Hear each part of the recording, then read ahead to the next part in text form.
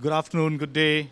Hello everyone, I'm Tanaji Sen. I'm the Director for Advocacy and Partnership at CDRI, the Coalition for Disaster Resilient Infrastructure. I have the pleasure of moderating today's very topical and pertinent session with the narrative increasingly moving in the normative spaces to amalgamation of mitigation and adaptation for impactful climate action. This session on global clean energy transition is right on the money. At today's session, we have a very, very packed schedule, straddling the breadth and depth of this subject.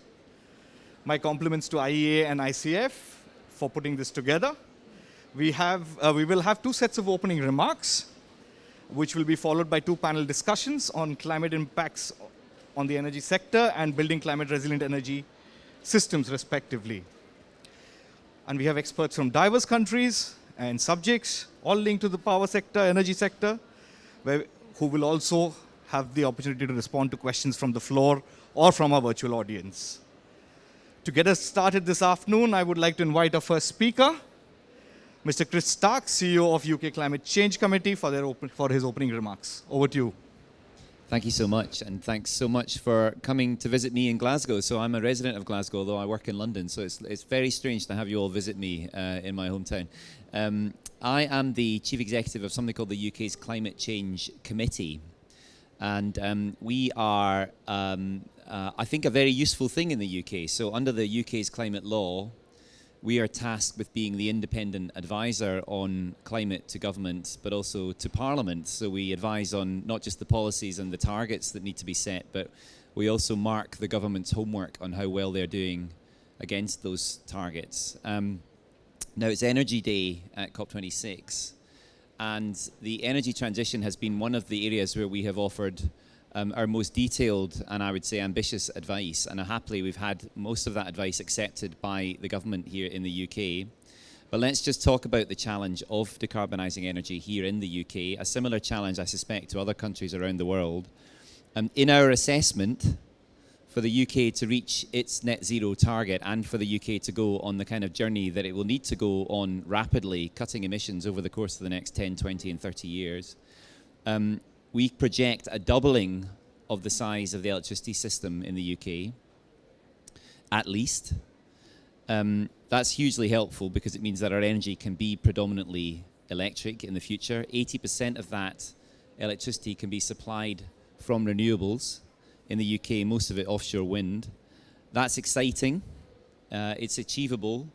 It's also, we think, fundamentally sensible on an economic grounds, never mind the climate issues, because it will be cheaper for the consumer in the long run too. And of course, it helps on environmental grounds too. So we can build alongside that the kind of demand that we'd need for electricity from transport, from heat, from industry as well. And bringing all that together, that looks like really quite a fundamentally sensible and achievable approach to decarbonising a big part of the UK economy. And of course, what we can do when we bring all that together is say that by 2035, the UK can have a fully decarbonised electricity system. So that's all very exciting. It means that from the mid-2030s, anything that's electrical in the UK will be fully decarbonised. But exciting and as practical as that is, here's the thing. We must achieve all of that in a warming climate.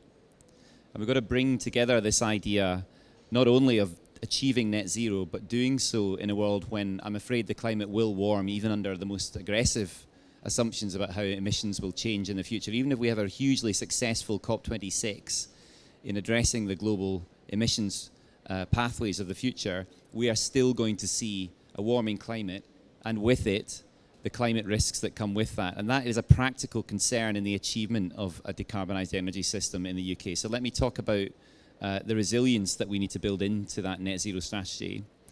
So as I mentioned, we are the independent advisors on climate. We have this dual role of advising not just on emissions reduction, but also on the risks from climate change itself. And they are fundamentally interlinked issues, especially when it comes to energy. We've identified in the latest assessment that we've made of the climate risks that the UK faces, eight climate risks that we say that we have decided to say need urgent attention from government here over the next couple of years when it comes to the power system.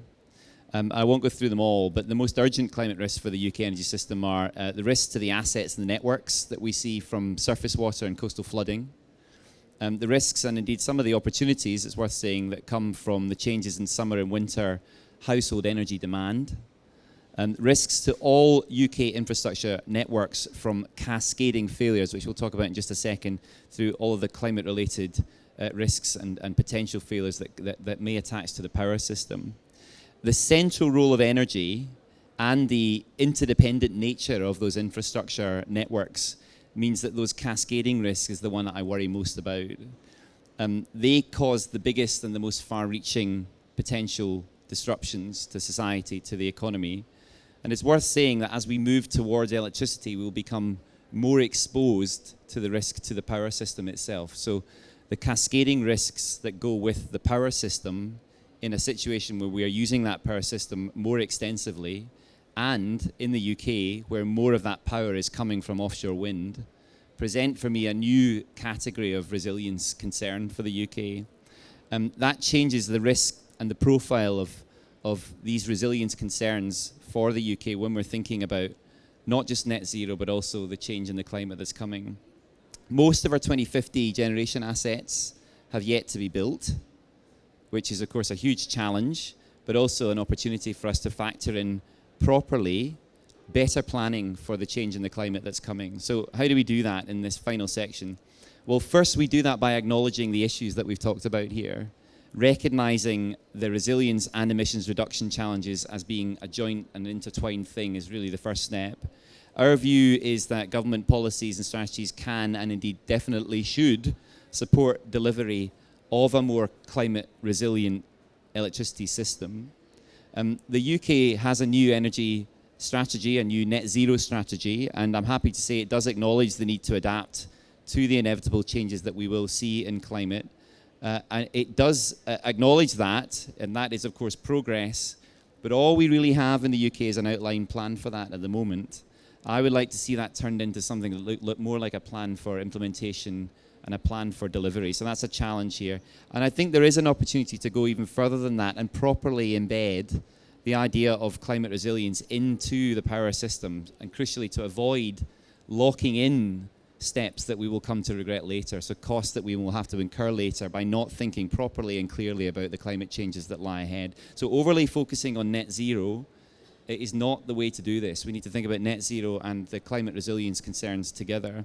That means thinking in a system way about the design of that energy system, something that we hope will in the end ensure better security of supply under a whole range of possible weather conditions is really the way we need to be thinking about it.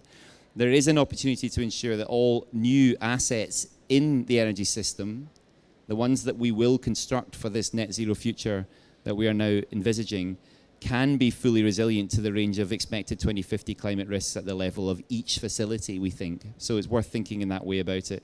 And ultimately, my final point really, that means regulations and policies need to be in place. They will need to evolve to deliver that kind of climate resilient net zero system that I've been talking about. Government needs to take more of a systems-based outlook on all of this to plan for that resilience, and especially by providing the information that will enable that kind of plan to emerge. And that means that there has to be a better framework for the infrastructure operators themselves to understand some of these risks. So they are themselves the people who will ultimately support adaptation at network level rather than the level of those individual assets. And bringing all that together, for me, that's a really critical aspect of the kind of positive vision that I think we should be able to build for not just a net zero society and net zero economy, but also crucially a resilient, well-adapted net zero society and economy where we have confidence that energy will be available in the range of, sadly, more extreme weather conditions that we will have in this country in the future. So I'll end there, but I'll just say thank you. Thank you so much, Chris. And I'm going to quickly move to Ms. Catherine Heresa, Vice President for Corporate Affairs of the Electric Power Research Institute, for her remarks, and then summarize it later. Over to you. Thank you. Thank you. And thank you to IEA for inviting me. I am honored to represent EPRI among such distinguished speakers today. Before I get started, I'd like to talk about the Electric Power Research Institute. EPRI is an independent, nonprofit organization conducting research to advance the generation, delivery, and end use of electricity for the benefit of the public. We work with more than 400 organizations in over 40 countries to bring together the brightest minds to keep electricity reliable, clean, and affordable. As leaders from nearly 200 countries are gathered at COP26 to make fresh commitments to collectively limit global emissions, we need to accelerate decarbonization to deliver on these promises. There isn't a one-size-fits-all solution to reach net zero by mid-century. Instead, we need a portfolio of technology options, including renewables, carbon capture and storage, nuclear, and low carbon resources, including hydrogen. The U.S. has pledged to reduce economy-wide emissions in half from 2005 levels by 2030 and reach net zero energy by 2050. Many sectors of the economy, including transportation, buildings, and industry, can all achieve deep decarbonization through electrification. So clearly, the electric sector will have a critical role in achieving government goals.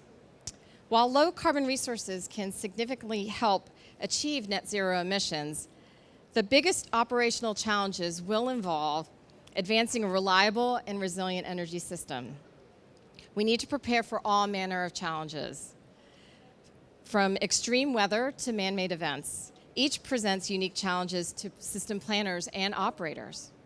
As the clean energy transition accelerates, climate adaptation will become a central focus for power generation, transmission systems, distribution networks, and customer usage.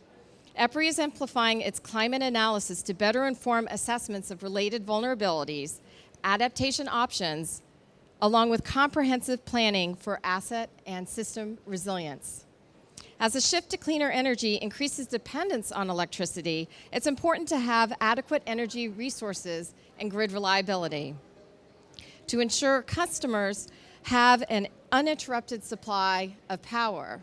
After all, what good is clean energy if it's not there when you need it most? One needs to look no further than the extreme weather events earlier this year in Texas and California. These aren't isolated cases either. This year alone, power failures have hit China, Pakistan, Germany, Honduras, Nicaragua, and India. Until we address the root causes, this list will continue to grow. Grid reliability is central to EPRI. In fact, we were founded in 1972 in response to the Great Northeast Blackout, an event in 1965 that left 30 million people in the United States without electricity. U.S. Congress proposed the creation of an independent research organization, EPRI, to support the electric sector and address its technical and operational challenges. Continuing our nearly 50-year-old charter, the past spring, EPRI announced a new industry-wide initiative to improve resource adequacy, bringing together grid operators, utilities, researchers, and other key stakeholders to address climate resiliency efforts. We're working with these stakeholders to help them prepare for and incorporate extreme weather considerations into assessment and planning tools, and jointly plan resiliency improvements across communities and the associated energy systems, among other issues. Additionally, this summer, EPRI solidified its relationship with the North American Electric Reliability Corporation to enable improved reliability and resilience of the electric grid. EPRI research helps inform decisions by energy stakeholders at any phase of climate assessment or adaptation planning. Our work also facilitates assessment and communication of both transition risks to companies from low carbon transition, including from policy design, technology availability, and market uncertainties, and physical risks, climate change hazards, impacts, vulnerabilities, and potential adaptations through assessment. You'll hear more about this from Caroline Choi of EPRI member Southern California Edison later in today's panel. It's clear that as we accelerate decarbonization to meet net zero by 2050, we'll need to enhance electricity resilience and reliability. Only then will we be able to achieve a resilient, reliable, affordable, and equitable clean energy economy. Thank you. Thank you so much, Catherine, for those remarks, and thank you to both of you for your insightful remarks, which actually set the context for this afternoon's discussion, primarily drawing out, among the many, the challenges of decarbonization while ensuring energy sufficiency and balancing the economic and financial case for that. Also doing so while protecting our systems from cascading risks in a continuously warming world. And what we learn or hear is that there's no one size that fits all. And for climate resiliency, we need to have multiple technology options on the table. And we need the right regulations and frameworks and a systems level approach to attaining net zero and resilience simultaneously. And thanks so much for setting that context. And I'm going to invite our next panelists over, please, and start with the next discussion. In this part of the discussion, we will be looking at climate impacts on the energy sector and delve further into the challenges and solutions which were alluded to earlier. We are joined here today by Mr. Muzaffalu Koyondo virtually, Mr. Bertrand Manier, and Ms. Sarah Moarif. Is Mr. Koyondo online?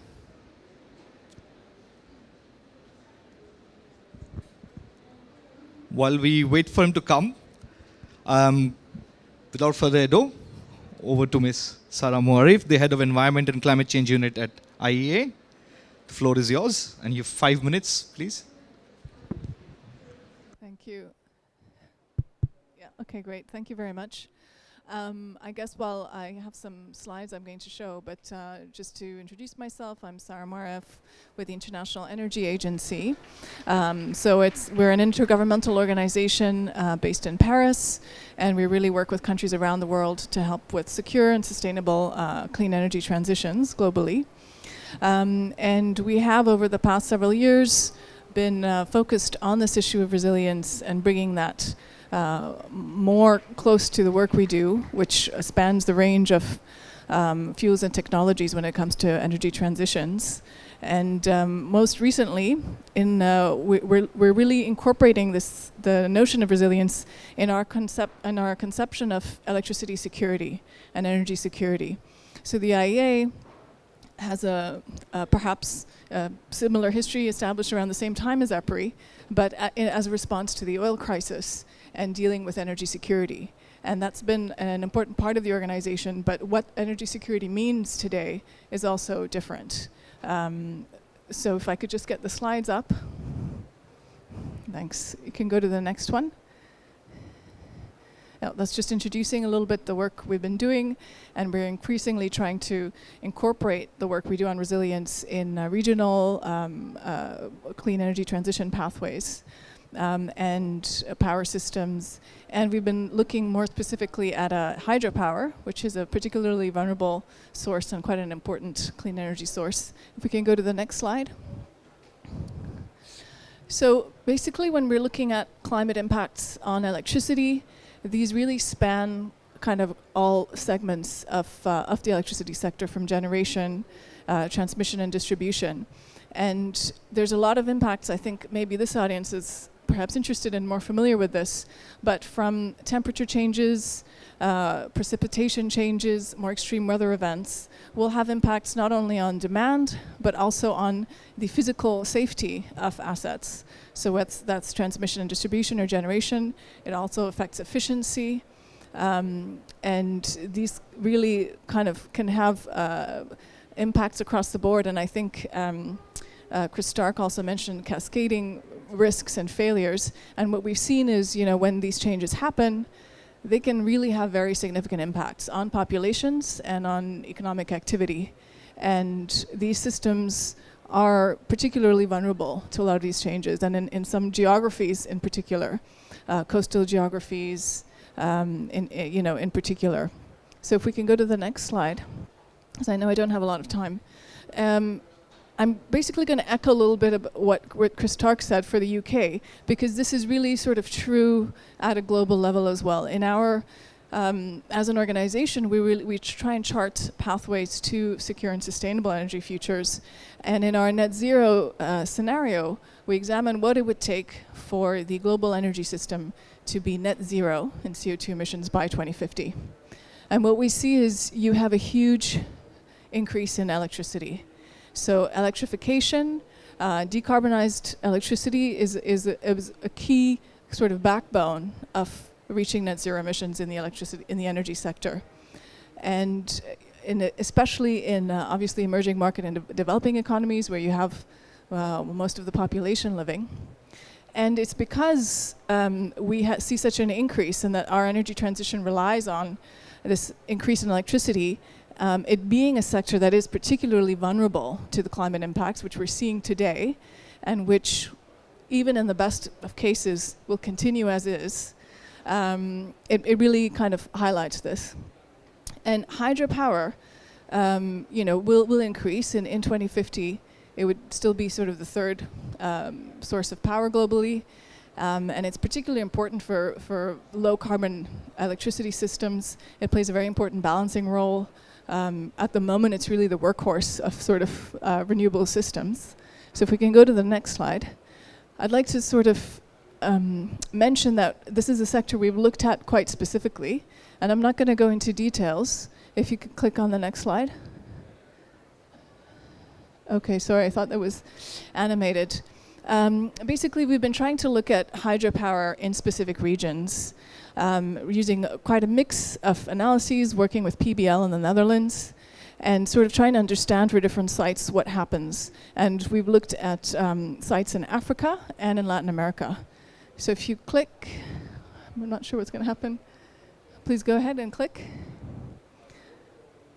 Yes, okay, so it just goes. So that was a bit quick. So basically, looking across the continent, those regions, there's differentiated impact. So first, an average change actually is not so useful for a particular country. You'll see that if you look at a broader region, there's quite differentiated impacts. And in most cases, we see that hydro capacity would go down under all scenarios, even relatively optimistic warming scenarios. And obviously the impact, the capacity decreases the more you have higher greenhouse gas concentrations. But this will vary by sub-region. So both in Africa and in Latin America, you will have certain regions. In Africa, it was the Nile Basin region, where you might potentially have an increase in hydropower. So how do you balance those things as well is interesting. And we're currently looking at hydropower sites in Asia, and hopefully to be doing a similar analysis shortly. So I think I'm almost out of time. So if you can click on the next slide, please. Yes, basically kind of echoing the points that were made earlier, that resilience is going to be a necessary part of our energy transitions. Because world will warm. We're seeing impacts on the electricity sector now that are quite disruptive. We know they will not get better, that they will not change in the next decades. And that sector, we're going to be more reliant on electricity in the context of a low carbon energy transition. And so it's absolutely essential to integrate those plannings, and that's something that we see in our member countries that has been challenging and that we hope to keep working on. Thank you. Thank you, Sarah. Very crisp, very sharp, and I'm going to move straight on because we are slightly behind schedule, but that's all right. You have 5 minutes. Over to you, Mr. Bertrand Manier. He's a senior economist at the International Atomic Energy Agency. Thank you very much, and thank you for having me here, of course. Can you please put up the first slide? And maybe go to the second one straight. Okay, let me start. It's coming. Okay, good, thank you. I think it's fair to start with what happened in the last couple of years. We've gone through a lot of hardship with the pandemic, and I guess we all came to realize that we are, even if we want to believe that we are strong and well prepared to anything, we've come to realize that we are actually quite fragile and vulnerable to many of those shocks that we are not fully anticipating. And that's certainly true when it comes to climate resilience in the energy sector, which is, as Sarah mentioned, a very nascent field, actually.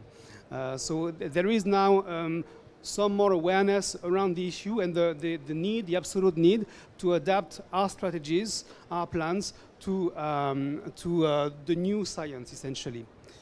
Next slide, please. So I just want to start with some overview of what, of course, the net zero challenge is looking like, and bring together energy strategies, like I said, and the changing risk landscape, the physical risk landscape.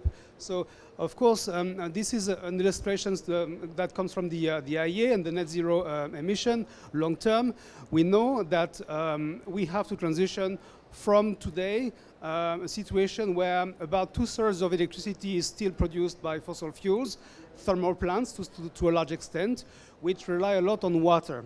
Okay, water is at the center of current power systems.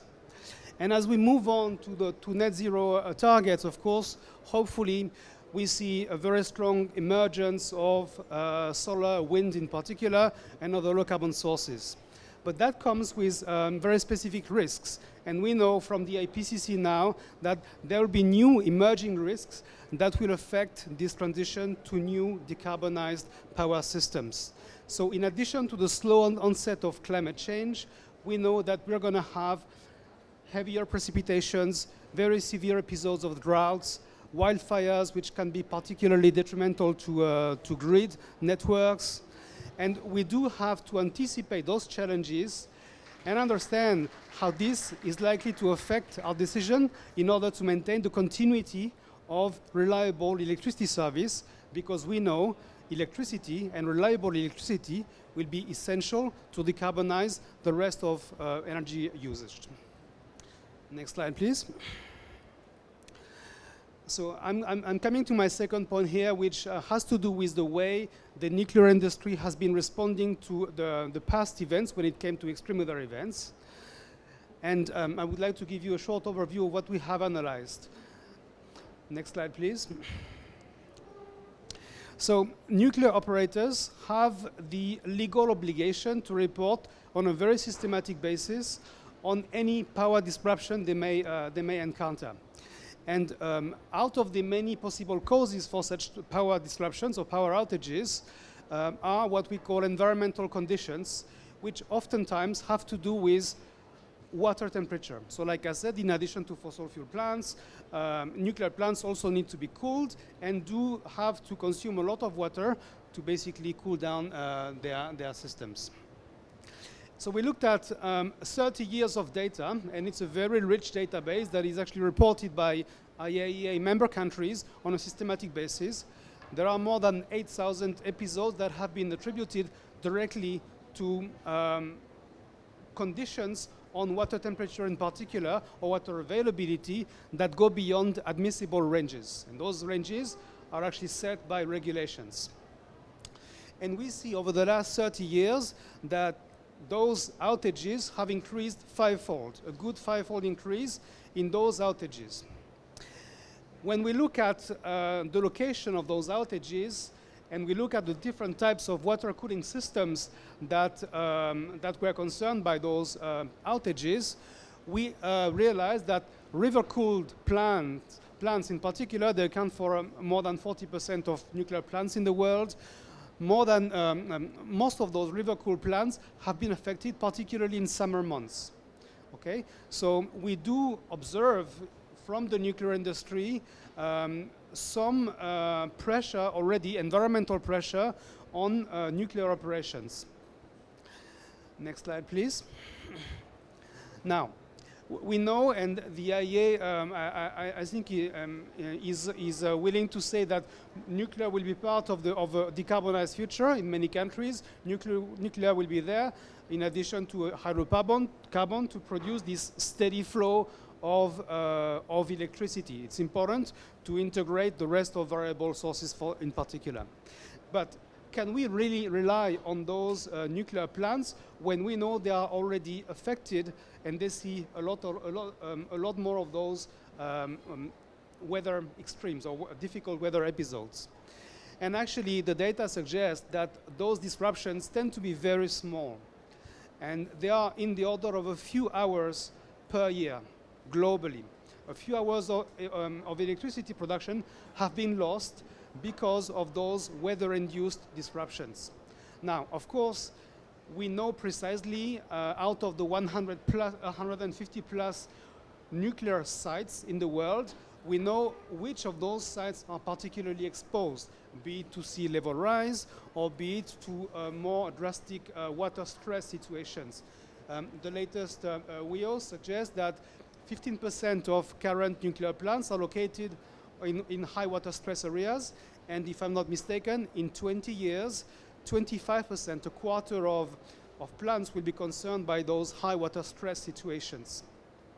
But overall, the impact so far has been really fairly slow. And actually, if we look at the data comparing the previous decades with the current one, we know that the impacts have been decreasing. And the reason for this is, first, the nuclear sector is less reliant on fossil fuel chains because uranium is well identified and does not need as much supply or regular supply as other plants, for instance, but also because of the regulatory requirements. And importantly, countries, regulators, operators all together have made a lot of effort to anticipate the plans, adjust operations, so that actually when some such drought episode, for instance, is in the forecast, operations can be maintained to a relatively high level, and of course ensuring the reliability again of power supply. Okay. Also, one final point here, which has to do with geography of those plants. The plants so far located in colder climates, in Nordic countries, in Russia, for instance, or in Canada, tend to be a bit affected more than others, because this is where the climate change is more manifest so far, of course. Okay? So another thing to keep in mind. Next slide, please. So finally, I provided a short overview of how the nuclear sector addresses and goes about climate resilience. Like I said, they have been exposed for a long time to such events, and they were able to respond so far with adequate decisions and regulatory requirements. But of course, the vulnerability of nuclear operators in the future should not be neglected like any other energy asset. Okay? And that means, like I said, in particular for those plants which are particularly exposed to high water stress areas, and again, because of the critical importance of water temperature within normal temperature bounds, we do need to keep on adjusting operations and regulations as long as the science goes. So here, it's most important, I would like to say, that will be my final message, to understand how to factor in the science, and there are such regular science stock takings into clean energy strategies. Okay? And that also, of course, entails a lot of common decisions, building a community of practice, including regulators, including scientists, including forecasters, energy planners, and the experience directly from operators. So I'll stop here. Thank you very much. Thank you so much, Bertrand. So essentially what we heard from you and Sarah is that there's worse to come in terms of extreme weather events, and we must come together, bring the science into the equation, and adapt our net zero strategies, because our transitions are also vulnerable. In short, and I'm going to now hand over to Mr.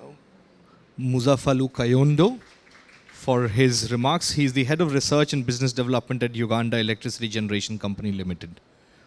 Over to you, Mr. Kayondo. Thank you very much. Well, I want to further add on to what the first two speakers have actually presented, and perhaps try to bring the picture of the impact of climate change into the energy sector right at home, and especially here in Africa. For starters, it is important to know that in several of the African countries, hydropower plays a really major role in the energy supply chain. And this is, of course, attributed to the enormous advantages that come with the hydropower. It's a green energy, it is cheap, and so on. And realize in some of these countries, such as the Democratic Republic of Congo, Ethiopia, Malawi, Namibia, Zambia, and here in Uganda, where I'm from, hydropower contributes about to 90% of the electricity that is generated And when you go down further in the south of sub-Saharan Africa, you find that here at least the levels are lower. That's about 20%. But to bring it much further in focus, we are looking at where does this hydropower come from? It comes from three of the major rivers in the world, the Zambezi River, the Congo River, and the Nile River. And these are the rivers that power this hydropower capacity in Africa, with even more untapped potential that is planned to be exploited for future development of this renewable energy source. It is actually estimated that about 80 gigawatts of future hydropower will come from hydropower, especially from Africa. And about 30 gigawatts of this will particularly come from the Nile River. And about 15 gigawatts will come from the Zambezi River. When you come here to Uganda, and I want to bring the issue of climate change and hydropower related impacts quite here at home, the situation is quite different. In our case, hydropower accounts for about 80% of all electricity that is generated. And even out of that 80%, another 80% of it comes from one river, that is the River Nile. And there are a number of hydropower dams that are situated on this river. So it becomes quite clear right now that the impact climate change would have on hydropower or on the energy sector here in Africa and specifically in sub-Saharan Africa is quite high. And we are looking already at this through the regional changes in rainfall and water availability. And we're witnessing the protracted droughts and significant variations in temperature regimes and more frequent and severe weather events. So some of these estimated impacts are usually through things like projected across the life of the hydropower infrastructure, perhaps for about 50 to 100 years. And we are looking at our existing dams being designed considering the historical hydrological variability. And the available contingency for some of these hydropower dams is in the form of the mitigation of dry periods. Actually, when you look at several of the dams in Africa, and some of them particularly here in Uganda, a staggering amount of them are, during their technical assessments, continue to rely on the historical hydrometeorological records, forgetting that the dams have a long lifespan and therefore are exposed to the impacts of hydropower, impacts of climate change. And this will affect their operations for decades of climate variability. We are already witnessing this increased variability and the potential for the longer term implications of climate change as not being considered in the designs of many hydropower schemes. And yet the exposure to climate change is actually significant and it's already being felt. When you look at one of the affected countries in Zambia, for example, in the year from 2013 to 2016, hydropower generation fell to about 50%.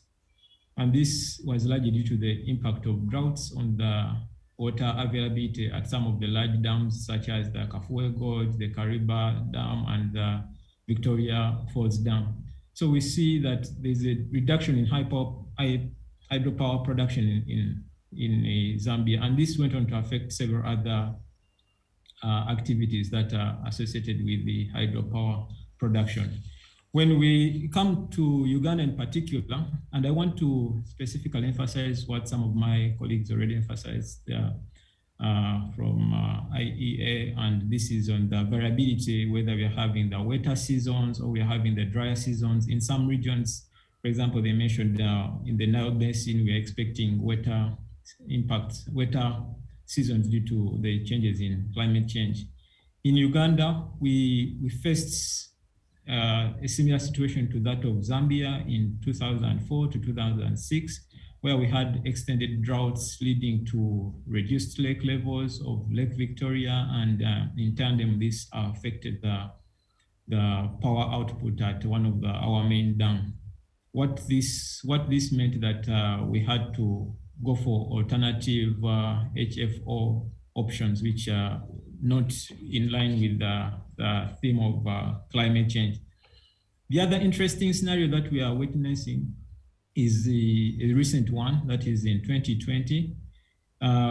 Here we had increased rainfall, and this led to the flooding of Lake Victoria. And this alone meant that a lot of pressure was put to the exit of this lake. This is only at Nalubale Dam. And in sequence, I know some of the speakers have been talking about the cascading effect, where we have the Nile Dam carrying about 5 dams here in Uganda. You realize that the impact went on affecting the rest of the dams. What we experienced during this period was that the dam intake at Naluvale were blocked by floating islands.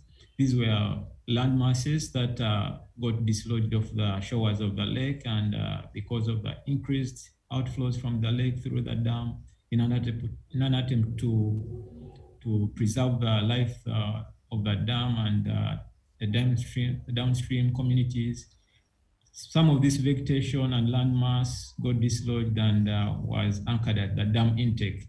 What this caused was a total blackout in the entire country, which lasted for almost a full day. And in a way, we were not able to operate the plant, as well as the impact extending to the rest of the cascade. So we're in total blackout. So even though we observed that some of the predictions are looking at increased rainfall in some regions, what this also implies that in our case that we are having higher water levels, we are having to spill a lot of water. That's what the spilling does, is that it causes the tailwater levels of the dam to increase. And in a way, once this increases, we are eventually having a reduced power production due to the reduction in the water head. So in essence, we would expect that with more water, we are going to produce more hydropower, but the current design is more on, to a certain extent, reducing the capacity to produce hydropower due to the spilling effect.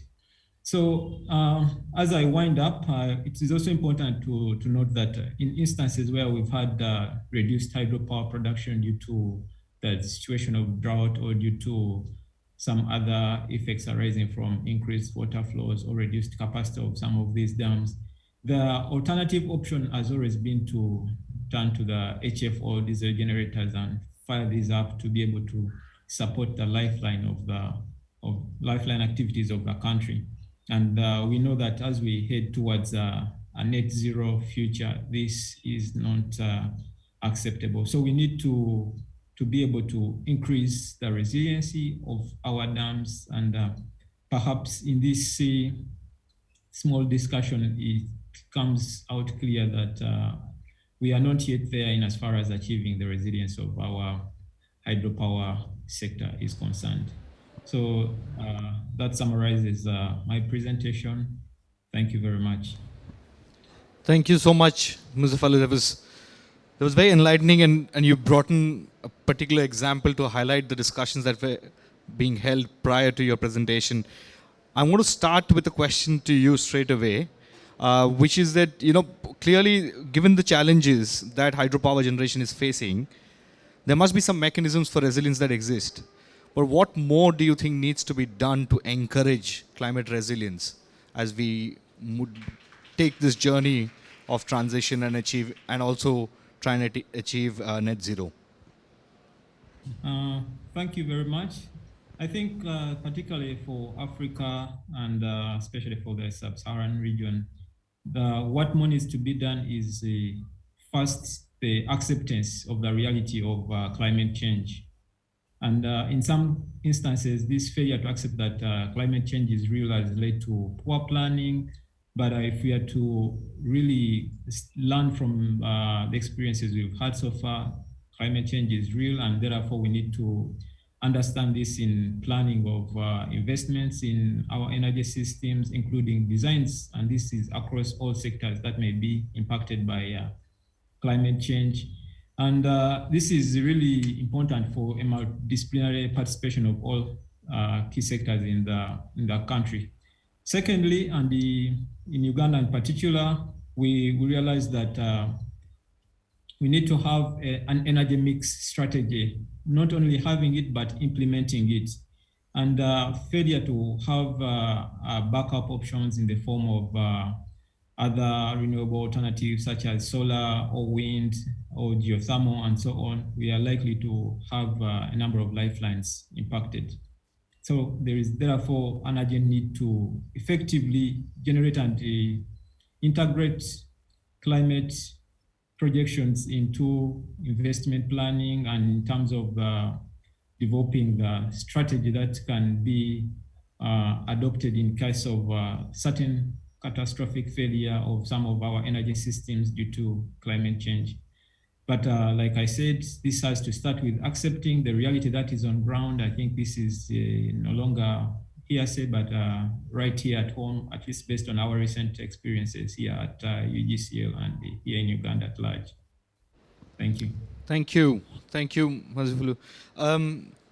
I wanted to check if there are any questions from the floor before moving ahead, because we are out of time for this segment of this, or nearly out of time. I have a couple of questions for the speakers, but I wanted to check if there are any questions from the floor first. No? Yes? Yes, please. If you could. Okay, I have enough voice. Thank you. That's ideal.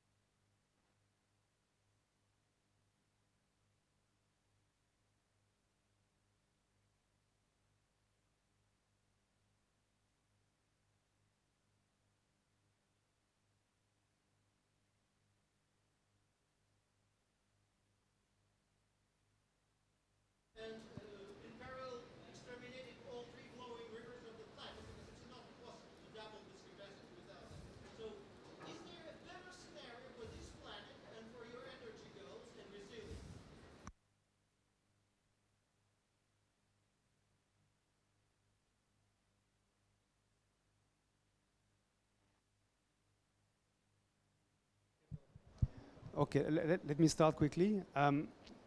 Of course, I'm not going to speak on behalf of the IEA. Let Sarah respond. But here, I think, there are ways. I mean, first of all, hydropower is so important right now that we cannot scrap what we have, okay? So first of all, we maintain what is working well, because there's no other way then to achieve the targets eventually. But second, I think, it's all about integrating those constraints which will not happen throughout the year. They will happen episodically only. And then it's about building sufficient redundancy and operating the system in a way that will be able to rely on an asset when another one is not available for whatever reason. So this is the way to build resiliency in a system. Okay? It takes a lot of planning effort. It takes a lot of very sophisticated grid management. But for sure, we do need hydropower just because it's plentiful and it still is a major source of low carbon electricity. Sarah? Yeah, thank you. I think the point you raise on resiliency is, and the reliance on specific systems is important, and I think that is a strategy that Mazifulu also raised, where it's actually important to think about diversification. And when you have a system that is extremely reliant on a single source, so countries, for example, that are 90% reliant on hydro, he was mentioning, that's a risky strategy, and he's pointing to, he was talking about thinking about how do we broaden that, how do we diversify that, thinking about what are the risks to our systems. So I think those are good points. And hydropower, I think the environmental issue of hydropower is very important. There are regions, jurisdictions where Actually, we see very limited capacity to develop hydropower because there are serious constraints environmentally. But from our understanding, that's not true everywhere. And the actual importance of hydropower in terms of its mix in renewables actually would go down significantly in a net zero world. You have much, much larger increases in other sources of renewables. So hydropower increases because all low carbon electricity generation would increase. But relative to its role today would actually be less important as a renewable source. So maybe it's a bit misleading because those numbers are in a scenario where actually you have huge shifts and much, much bigger pushes in other renewable sources and broader mixes of these sources. But I think the idea of variety and thinking about resilience in that way is an important point. Bang on the money. It's about diversification, about finding multiple solutions and pathways. I had jotted down a point as to on why we're not looking at the narrative of resilience when it comes to clean energy transition. But what I'm clearly hearing from all the panelists and the opening remark speakers is that, well, it is being talked about. The question that I have, therefore, to you, Sarah and Bertrand, is how do we make this narrative stronger? This narrative of clean energy transition and integration of resilience into that. So your thoughts, sort of final remarks for this session.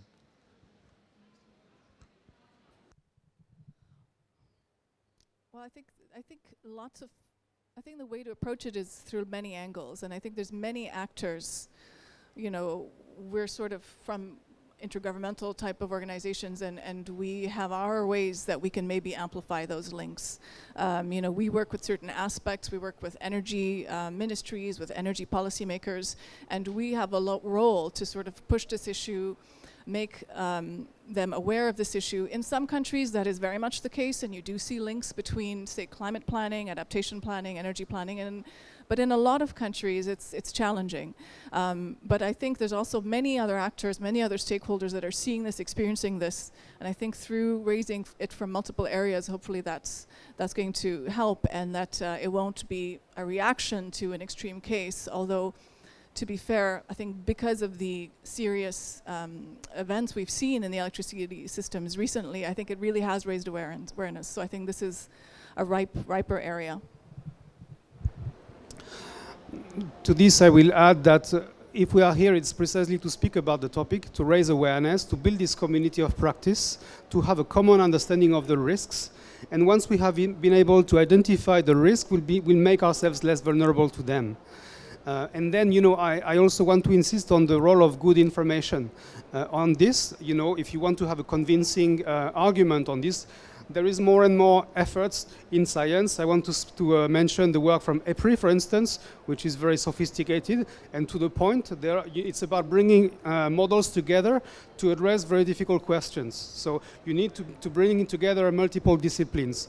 And I also want to mention the work from WMO, who recently published an atlas of the impacts of such extreme weather events in terms of mortality. There are lots of deaths attributed directly to those extreme weather events, but also economic losses. So we start having a more comprehensive picture of what that entails, irrespective of geographies and levels of income. So it's most important to bring together the right information and to bring and build the right narrative. Hence the role of science and good information. Thank you. Thank you so much, Sarah, Bertrand, and Muzaffarlu. Thanks so much for joining us. I'm going to move into this next component of the session. And this, though your responses actually really nicely dovetail into that, if I can invite our other guests, please. So what you're saying basically transitions nicely into what we're going to talk about next, which is building climate and resilient energy systems. And for this, we have 3 speakers again. We have Ms. Molly Hellmuth, she's joining us virtually. Mr. Drew Murphy and Mr. Juan Pablo Bonilla.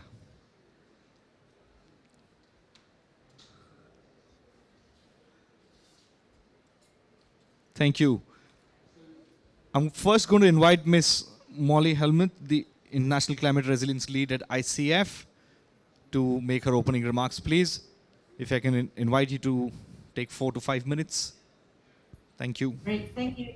Can you please load up my PowerPoint presentation?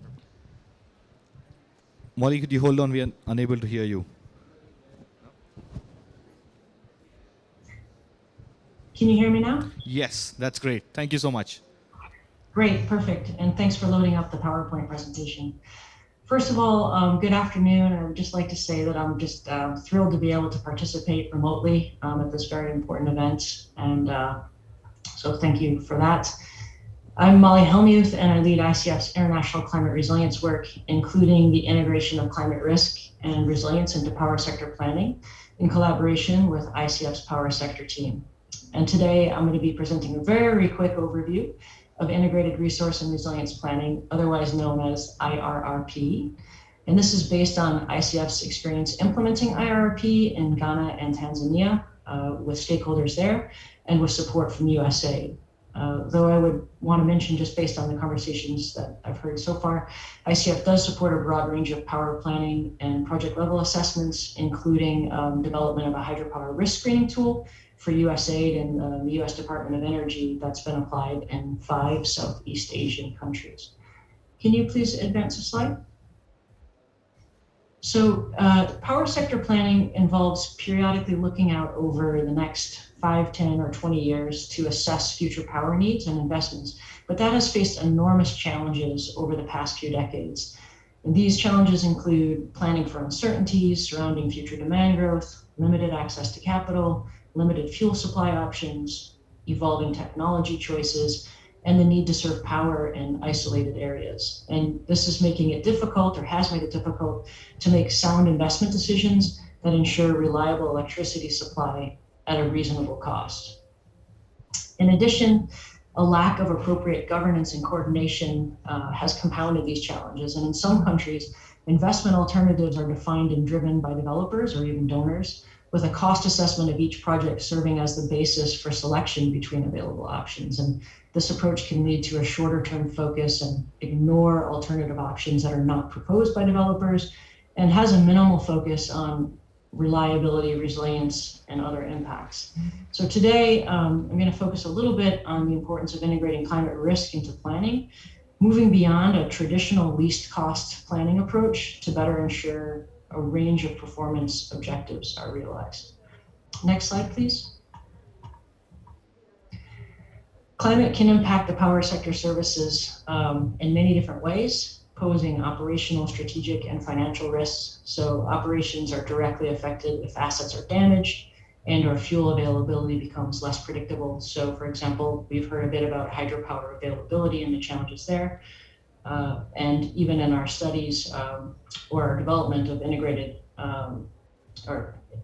power sector master plans in Ghana and Tanzania, those are both hydropower dependent countries as well. And we've seen that the impact that the availability of hydropower has on the overarching financial and operational aspects of power sector planning. So there's also strategic risks. So climate risk can change demand profiles in energy markets and the ability to meet customers' needs, affecting utility reputation, and the ability to meet environmental regulations or goals. In Tanzania, for example, meeting greenhouse gas emissions can be a challenge when hydropower is limited under drought, and the alternatives are higher emitting fuels that are used as substitutes, which also increases costs in the utility. And then also associated with this are financial risks, so lost revenue and additional capital and operational expenditures, as I mentioned. So those are the impacts of the power sector, but of course, as Chris Stark mentioned at the outset, there are also cascading impacts of power sector disruptions that affect economies and livelihoods. Next slide, please. So in order to address these challenges, ICF has developed and implemented integrated resource and resilience planning. And in particular, the IRP framework can assist energy planners to meet competing objectives, including cost reduction, greenhouse gas emission reduction, and climate resilience. And then also to consider the trade-offs in long-range planning that aim to scale up energy resources, including clean energy sources. So this is part of a broader least regrets type planning, which goes beyond just consideration of cost to take into account other important criteria. So the first step to this is that the decision makers have to identify potential planning objectives. And these planning objectives can be aligned with long-term strategies or nationally determined contributions. So for example, reaching a 30% renewable generation by 2030. And then an important step is to think through the metrics beyond cost and reliability and the criteria to quantify these different strategies. So an example of traditional planning would use cost and reliability, but additional criteria under an IRP might include resilience to climate risk, land area use, so looking at the footprint of solar, and carbon emissions. In Ghana, for example, power sector stakeholders chose over 20 different metrics by which to evaluate 3 different portfolios. So next slide, please, and last slide. So the outcome of an IRP process is a power sector master plan that includes several components, as outlined here, all of which can incorporate climate risk management and climate opportunities. And so the process is meant to be iterative and should be undertaken every 2 to 3 years to account for change in cost and performance characteristics of technologies, which is particularly important as renewables continue to get more efficient and more cost effective. Also can account for changes in demand and, importantly, updated understanding of climate change and the impacts on the power sector. So as Musa Falu mentioned in his remarks or in response to the question, really what I found in working with power sector planners is that there's limited understanding of the physical climate risks and the importance of addressing those physical climate risks in planning. Integrating climate risk management into power planning has helped the power planners and the investors in Ghana and Tanzania, where we've worked to better understand the implications and to manage climate risks to the power sector performance in order to ultimately more effectively ensure energy security and meet low emission objectives over time. Thank you. Thank you, Molly, for your presentation and for talking us through an applied approach to resource and resilience planning from the power sector. I'm now going to turn to Mr. Drew Murphy, Senior Vice President, Strategy, Corporate Development and Sustainability at Edison International. Over to you. Great, thank you, and thanks for the opportunity to be here today. I'm going to just, before I sort of build on what Molly just covered, I'll just give you a little bit of background on Edison International. For those of you who don't know, we are the holding company for one of the larger investor-owned utilities in the United States, Southern California Edison, which is principally serves a large area of Southern California, hence the name. We have a critical role in the state to support the state's roles to get to carbon neutrality by 2045. We'll talk more about that in a minute. We also have another company called Edison Energy, which is a smaller company that helps large corporate customers attain their renewable and sustainability goals through power supply, sustainability planning, renewable energy planning, and transportation, electrification, et cetera. So that's sort of a little bit about who we are. Just building on what Molly said, though, I want to make a couple of points. The first one, which I think you've heard from most of the folks who are up here, is that climate resilient power system is a fundamental part of the clean energy transition. We can't think about them as separate things. So as we plan for and as we move forward in the clean energy transition at Edison, we are building into that planning and building into our strategy, how do we make sure that we address reliability and resiliency? And both of those things are really important to us. One of the interesting things about the power sector, if you've been in the utility business a while, is we never really talked about resiliency before as a concept. You heard a lot about reliability. We have very developed metrics for reliability. People talk about SAIDI and SAIFI and CAIDI and things. If you're a utility person, you know what those mean. I won't go into it. But that was all about measuring system-wide predictable reliability performance over the entire system over relatively standard periods of time. It did not take into account extreme weather. It took into account and calculated out extreme weather events because those were viewed as anomalies. And we are moved into a new place where reliability and resiliency now have to be part of what we do every day. So that's something I think is really important to remember as we think about it.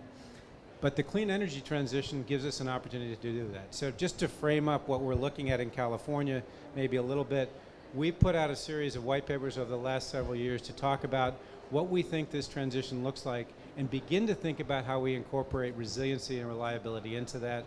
Our Pathway 2045 paper aligns with the state's goals of getting to essentially carbon neutrality, net zero for us as a company, as well as for the state by 2045. That means we'll be delivering 100% clean energy to our customers by then. That's going to be a challenge in the state. That involves a huge amount of new investment in the grid and in the power resources. We've also put out a paper called Reimagining the Grid, which goes very much to how is the grid going to actually have to be rebuilt, redesigned to deliver that clean energy and to start thinking about reliability and resiliency. So that's that's an ongoing project that we have right now. We're just really at the early phase of that. And then we recently put out just a few months ago a paper called Mind the Gap, because what we see happening in California, and I think we're seeing it in other places if you walk around the halls here, is that we are not even on course for 2030, let alone 2045. And we really need to raise the alarm about the clean energy transition, the things that need to happen to get there, and resiliency is part of that. So those are the things that we've focused on. Maybe just to give you some idea of what that means in California, 80 gigawatts, we think, of new renewable energy between now and 2045 have to be built. That's like tripling and quadrupling the pace of deploying renewable energy from what it has been. That's 30 gigawatts of storage. This is all grid level. We also think we're going to need about 30 gigawatts of behind the meter, rooftop solar and other distributed resources like that, as well as about 10 gigawatts of behind the meter storage, not to mention electrifying over 75% of the vehicles on the road in California by 2045. That's a significant task, but a great opportunity for investment. We think that could be something in the order of over $250 billion of investment in the grid in those renewable assets by 2045 alone. So there's a lot to do in that time frame. We also have to educate all of our customers on what that's going to look like and how they should actually make choices today that will enable that future to happen. So we're spending a lot of our time actually trying to figure out how do we get our customers to buy into this and to realize it's a good thing for them. One of the things we've done, and EPRI has done this work with us, so I'm glad we heard from EPRI earlier, it's actually looked at the fact that if we go to a more fully electrified system and we deploy efficient electrification technologies like electric vehicles, like really efficient building heat pumps, building hot water heating, that kind of thing, actually we'll use relatively less energy for the same outcomes. We'll use more electricity, we think probably 60% more in California by 2045, but we'll actually reduce the overall cost because electrification is much more efficient.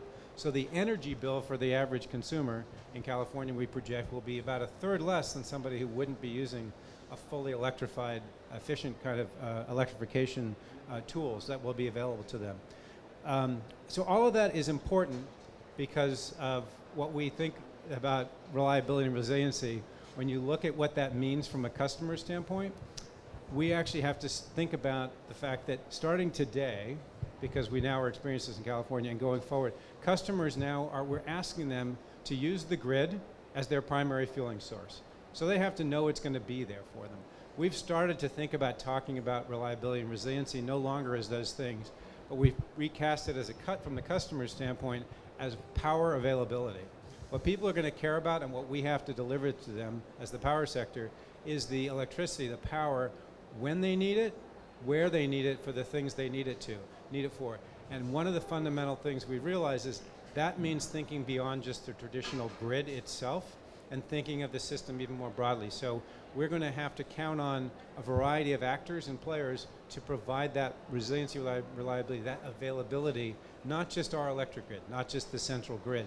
So this is what we'll get into. The second point I want to make is that we have to do different planning. We have to plan differently. Those events in California that you talked about earlier have really awakened us to the fact that we need to plan differently. We're going to count on our customers being part of the solution. We're going to count on their resources being part of the grid. And that hasn't happened at scale yet. It's certainly not in the US, not in California, but that's coming. And so the effects of climate are happening now. They'll continue, they will accelerate, they will be unpredictable. So the second point is planning. When we plan, and I think Molly said this, we have to be able to plan faster. We have to change what we're expecting. We have to not say, hey, the model has been the model for 30 years. We need this much capacity extra every year because that's what we predict. We actually have to adapt more quickly and realize the system will look different in 15 years and in 20 years. And it's going to incorporate a lot more technology, a lot more actors, and all of that is opportunity, but risk if we don't get it right. The last thing I'll say about all this and then turn it back is we also know that we need to accelerate our deployment. So one of the real challenges in the electric sector or the power sector has been that it takes a really long time to do anything. If we're going to do what we're talking about, we have to move past pilots, we have to move to scale deployment, and we have to accelerate the planning time frame. Right now in California, it would take about 10 years from the start to the end of actually building a new transmission line, just to get it sited, permitted, and built. We cannot have that kind of time frame if we're going to do what we talk about. So, and that's important to resilience, because if you don't build the infrastructure quickly and you can't actually then iterate as things change, we won't meet those goals. So planning has to accelerate and be more flexible as well. With that, I'll turn it back to you. Thank you so much, Drew. In essence, what you're saying is resilience is essentially intertwined into any clean energy transition. And there are many aspects to it. And pace is important. Over to you, Mr. Juan Pablo Bonilla, Manager for Climate Change and Sustainable Development Sector at Inter-American Development Bank. Thank you, and thanks for the invitation. It's a pleasure being here with all of you this afternoon. And I'm so happy to listen everything that you are saying, because we're listening about getting to net zero emissions by 2050, decarbonization, carbon taxes, but I think resiliency needs to be an integral part of that agenda. I think we need to also start talking beyond carbon taxes about maybe adaptation pricing, something like that, as part of the decision making, to incorporate everything that we have said in the planning. To incorporate, if we're going to do a new hydro, what is the adaptation cost of not having water? If we're going to have a transmission line, in particular in developing countries, people say it's way more costly to have an underground transmission line in coastal areas due to hurricanes that have just the transition line. So let's include maybe the adaptation cost to see how is the evaluation. So I think from the policy making point of view, I don't disagree with carbon taxing. I think it's just part of the equation. We have a lot of subsidies. But I think beyond that, we need to, from the planning point of view, start introducing the cost of adaptation for the planning of the system. The Inter-American Development Bank, for all of the audience, is the most important multilateral development bank for Latin America and the Caribbean. We lend about 17 billion per year from our public and private sector side. Last year, due to COVID, we lended about 20 billion, 20.6 billion. And our vision at the bank, the Vision 2025, is considering that part of the recovery of the region, Latin America and the Caribbean has been hit very hard by COVID, should be based on climate and sustainability. And resiliency is a very integral part of that. I made a presentation yesterday at the plenary about how to integrate climate risk analysis with building resiliency and having biodiversity and nature solutions as part of that. I think we need to integrate both climate risk analysis with building resiliency as just one big equation. The region is starting to recover. I heard with different presidents, head of states, some countries are saying that the economy will be growing this year and next year, 7%, 9%. The energy demand for the next 2 decades is expected to double. And yesterday, here I have the Vice President of Sectors of the bank. We had a very good conversation with about 15 ministers of energy of Latin America and the Caribbean. 2 years ago at the UN Assembly, RELAC was created as a network of the ministers of finance of Latin America to get to 70% of renewable energy by 2030. Our matrix right now is in about 56%. A lot of hydro, so it's very important, the discussion we're having today. And to get to 70% by 2030, we were discussing yesterday with the ministers of energy, the investments just in power generation would be about 50, 80 billion. And to give you an idea, all the multilaterals together in the last 2-3 years provided 2.6 billion. So it will be a lot of requirements to not only invest from the public side, but private sector investments. I was very happy to see from the Ministry of Energy of Colombia, of Chile, and others, how they have transformed the matrix in the last years with a lot of private sector investments. And what I'm seeing from the bank is that the long-term strategies or this planning that you have mentioned is the most important signal that a country will send in the next 10, 20 years for private sector investment. It's saying to the private sector, listen, this is not for the next 4 years of this government. We're thinking as a country, the sector for the next 10 years, 2030, for the next 20, in this way. And that will be a key prerequisite to attract private sector investment. In Latin America and the Caribbean, I'm seeing this differentiation. I was listening the other day to the UN saying we need to do more in adaptation, half in mitigation, half in adaptation. I'm seeing that in the region, the agenda from the energy sector is converging. Because all the expansion of solar, wind, geothermal in our region is becoming more an adaptation action to decrease the risk of the energy matrix that a mitigation action, it contributes. But when you have a matrix clean due to hydro, I'm seeing the renewable non-conventional as part of diversification of the matrix and a resiliency part of that. And also, but however, we would need to count with hydro, at least in the next 10, 20 years, because it's our base. And we would need also to update and modernize the hydros. We made a study at the bank. We will require about $30 billion in the next 10 years just for modernize the hydro that we have. So I think, just to summarize, we need to think about decarbonization, but at the same time how that is becoming also adaptation in Latin America and the Caribbean. Second, the important role of integration. The more we integrate the energy systems in the region, the more resilient it will be for everybody. We have supported as IDB unlock the integration of the energy system in Central America, CIEPAC, and we're supporting other integration systems among the region. I think that's going to be key. The third component is how to include energy efficiency into the picture. And I think different examples have been brought about how we need to also include resiliency in planning energy efficiency. And the last one, I think, is for the future, as I mentioned, how to start including instruments like, let's call it adaptation cost into the planning of the energy system. Just to finalize, I would like to mention something that the ministers said yesterday, the ministers of the region, is the evolution of technology, as you describe it. Countries like Chile, like Colombia, are starting to talk about hydrogen.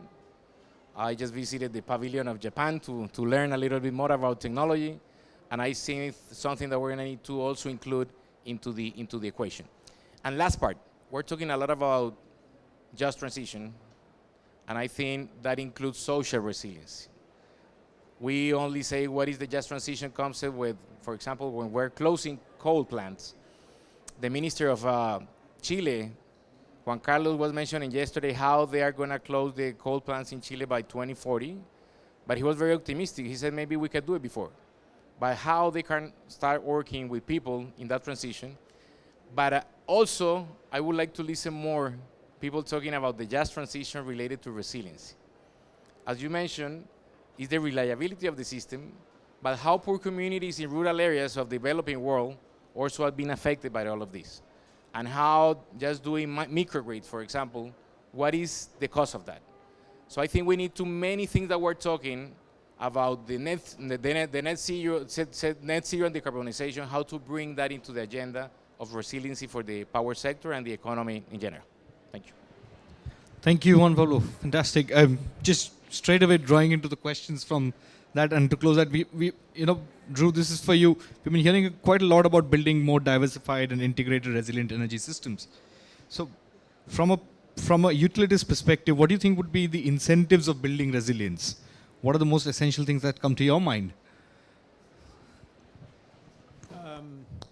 Yeah, I guess incentives, I guess it's a combination of, we need to make sure that we're setting, that the right objectives are being set for what we need to do, and this is why I talked about maybe, it's still important to look at the traditional reliability metrics, but if we also are looking at the outcomes for our customers and our and incentives are provided to get those outcomes, that's, I think, what we need to move towards as a utility.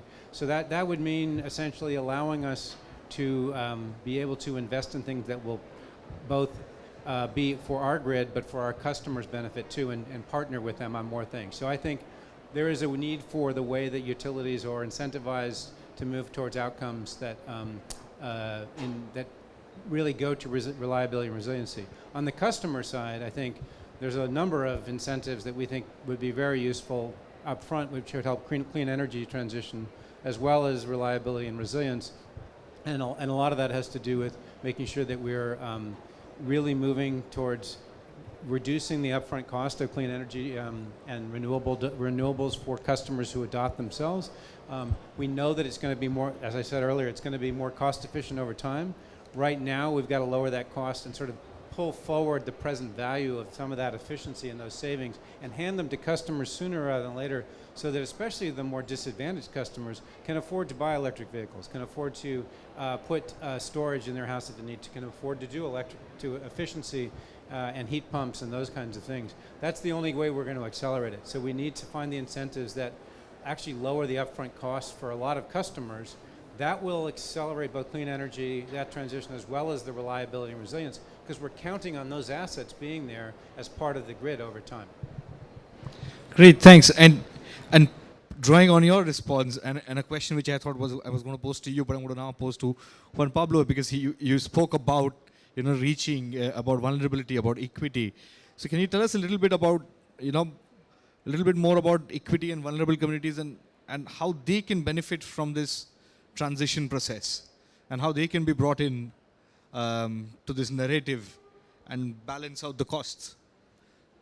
It is a great question because I'm a civil engineer by training, and I always say, listen, resilience and adaptation is better planning. And at the end, the cost of adaptation and resiliency for all developing world is going to be huge. And not only for developing world. I mean, I live in Washington, and I'm seeing how every time we have just a rain, how the city is starting to flood.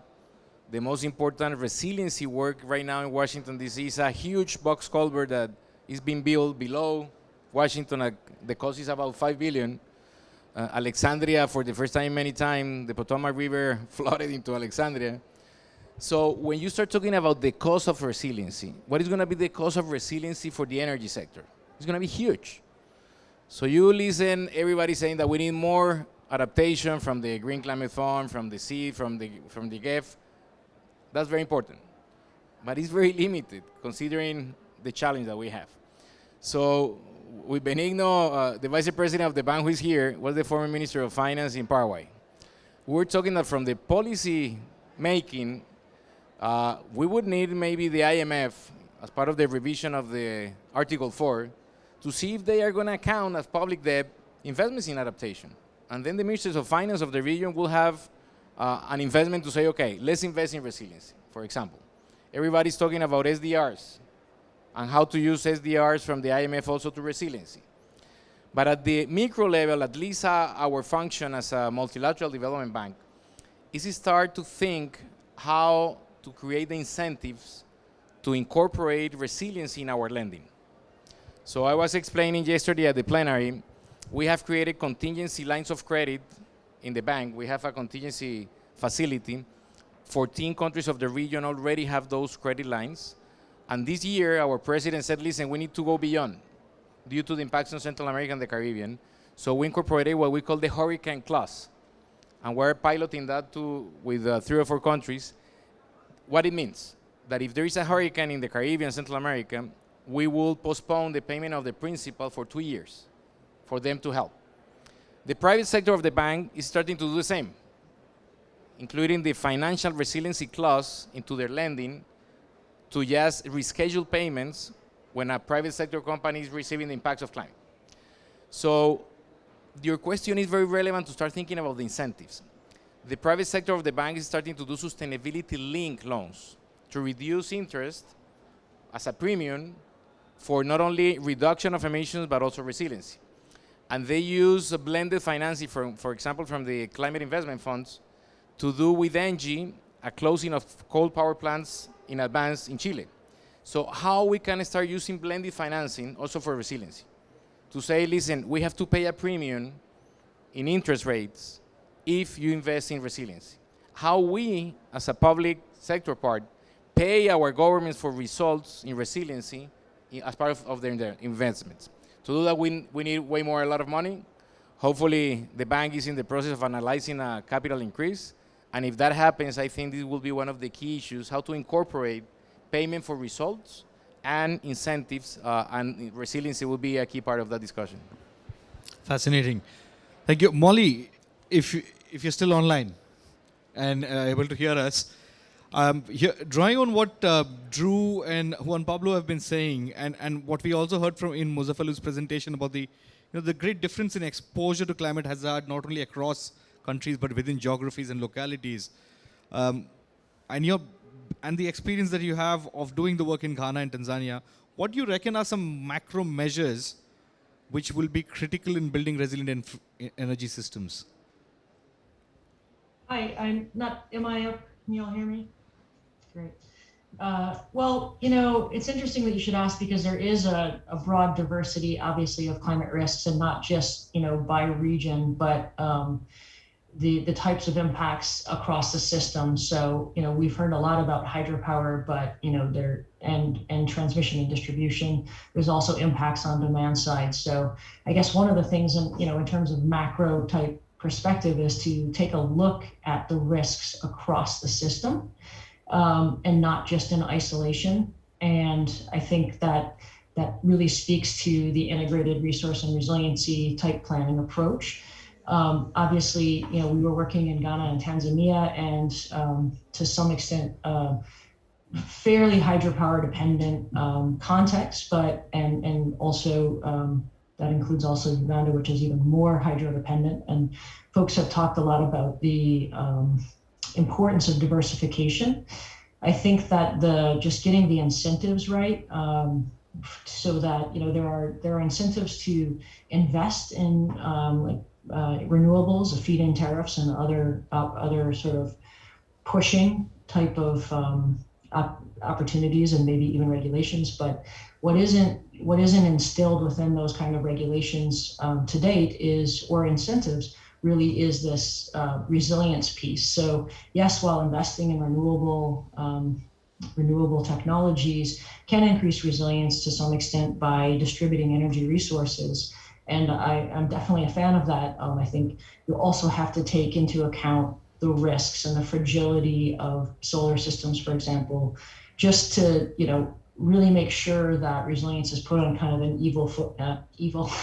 an even footing with mitigation concerns in terms of the types of regulations and our expectations. And I think that knowledge and understanding of the physical risks is not as it's not as embedded in utility planning and grid planning, particularly in developing countries, as much as the mitigation and decarbonization and the understanding of renewable technologies and their importance for, you know, decarbonization is. So I think, you know, if you ask a power sector planner in Ghana or Tanzania, or when we first were working with the sector, you know, what do they think of when they think of climate risk? It's not physical climate risks. It's immediately something about mitigation or even broader environmental risks. So I think that just making sure that there is a climate resilient, low emission development joined up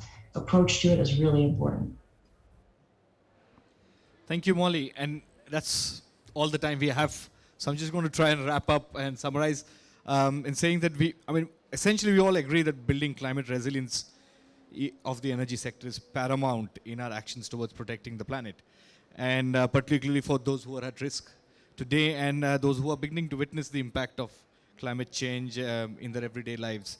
Nothing about climate change underscores that more than our need for and access to cleaner energy. It's here and now. In our efforts to build climate resilience into global clean energy transition, we must underline three things. For many in the world, particularly the most vulnerable and marginalized, getting access to energy and power is paramount for a generational impact it will have on their lives and livelihoods. Energy and infrastructure investments must facilitate that access and enable a quantum leap to ensure that we stand by the commitment to not leave anyone behind.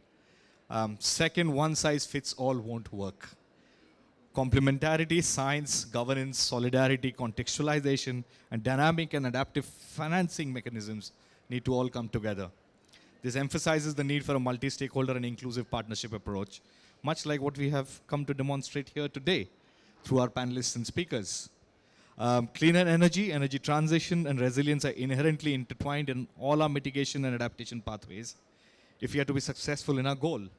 For that, we have to firmly anchor the crucial task of building climate-resilient energy systems in the broader set of efforts that governments, international organizations, and a range of stakeholders that we've heard from and need to engage with are making to bring the world to net zero.